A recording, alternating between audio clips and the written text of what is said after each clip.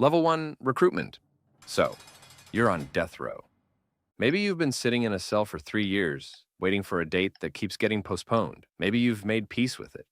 Maybe you haven't. Either way, one morning a man in a suit walks in, places a folder on the table, and makes you an offer.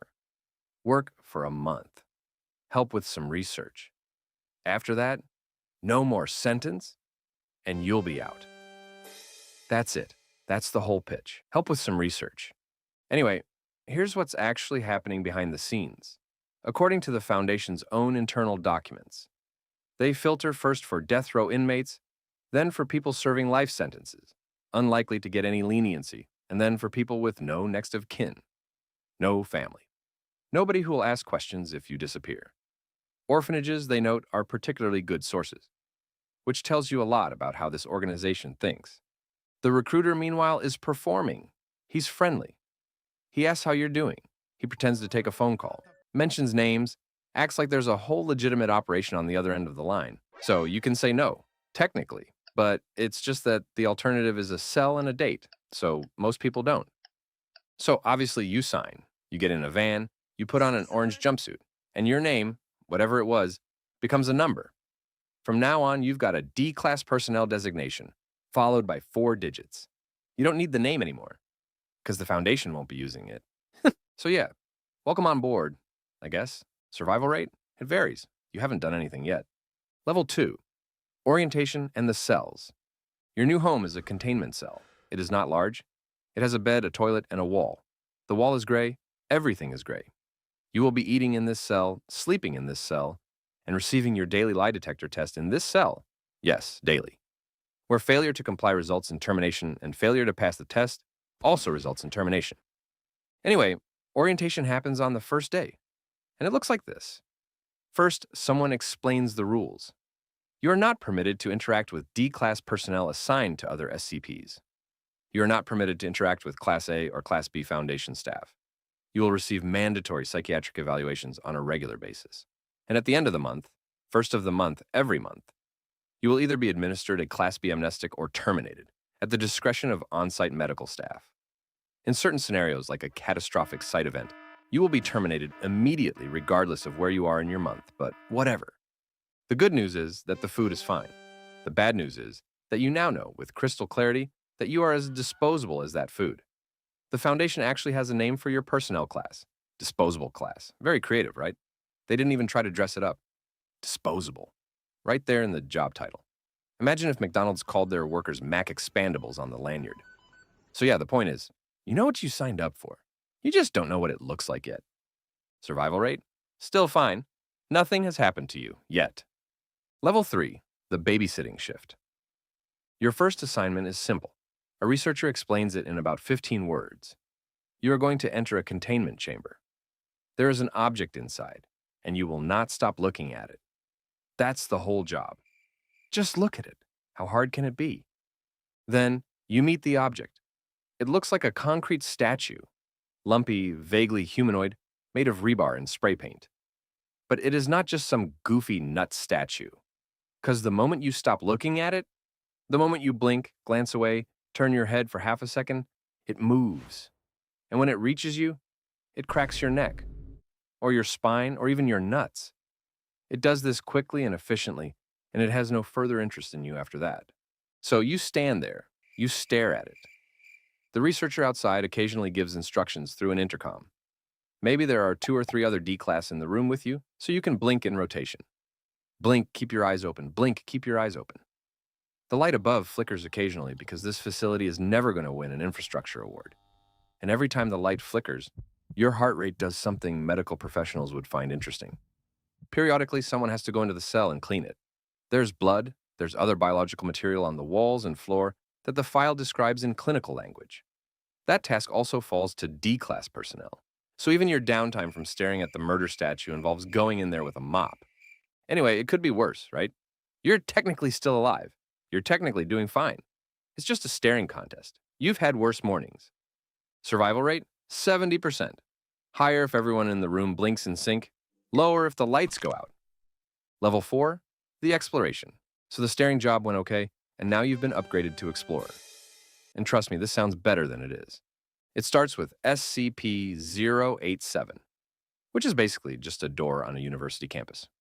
Behind the door is a staircase, and the staircase goes down, obviously.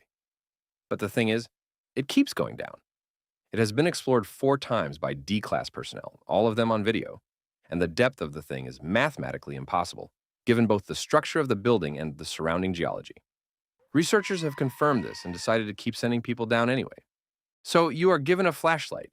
Any light source over 75 watts doesn't work because the staircase absorbs it. So your little flashlight will do about 1.5 flights of visibility. That's it. And from somewhere around 200 meters below you, there is a child crying. The first exploration team heard this and kept going. So did the second and the third. None of them could get closer to the sound. Every step forward, the crying stays the same distance away. And then you see a face. It doesn't have pupils or nostrils, or even a mouth. Just a pale face floating in the dark below you, making crazy eye contact. The exploration logs describe the specific moment D8432 saw it as, "Fuck, what the fuck is that? Shit, holy fucking shit," which honestly feels like the correct professional response. The first D-Class ran back up and collapsed from exhaustion. The second ran out and entered a permanent catatonic state. The third went missing somewhere in the stairwell and was never recovered. The fourth exploration is fully classified, but it resulted in the Foundation sealing the door with industrial padding and declaring no personnel permitted inside ever again. Something knocked on the door from the inside for 2 weeks after. Then the knocking stopped. Anyway, there are worse jobs out there. Like being a telemarketer. I'd take the Infinite Stairmaster over that any day. Survival rate, 25%. Much lower if you're Exploration 3. Level 5, the bait. Here's where the Foundation gets philosophical about what they're doing to you, which is almost more insulting than if they just didn't. You see, the Foundation's Internal Ethics Committee has a document about SCP-3000 that uses phrases like necessary evil and we acknowledge the ethical complexity. What they are acknowledging is this. They are feeding you to an eel. And I don't mean a normal eel. I mean a big-ass moray eel, between 600 and 900 kilometers long, living in the Bay of Bengal in the Indian Ocean. For context, 900 kilometers is roughly the distance from London to Berlin. The eel is longer than that, and they are feeding you to it on a submarine called the SCP-F Eremita, as part of something called the ATSAC Protocol. Why? Because when SCP-3000 eats something, it excretes a gray viscous substance through its skin called Y909. Y909, when refined, becomes the amnestic drugs the Foundation uses to make civilians forget what they've seen. So every time you've read about the Foundation administering amnestics, every memory wipe, every post-incident cleanup, that substance came from this eel-eating D-Class personnel in the Bay of Bengal. So you are lowered toward the water. The eel is sedentary most of the time. It only really moves when it senses food. And the closer you get to it, the less you can remember. Your name starts to go, then faces. One researcher on the Eremita forgot his mother's face, but kept her voice. Another started having memories of a wife and child he'd never actually had. They were his dead colleagues' memories, somehow transferred through proximity to the eel. You, as a D-Class, get close enough to trigger feeding. The eel eats. The divers collect the Y909. The process is complete. Could be worse, said no one in that submarine at any point. Survival rate, 0% for this specific assignment. The Ethics Committee is sorry. Apparently. Level 6, the end of the month. So let's say you made it. You watched the statue. You descended the stairs. You did not get fed to the eel. And now it's the 1st of the month. Here's the thing nobody tells you before you sign.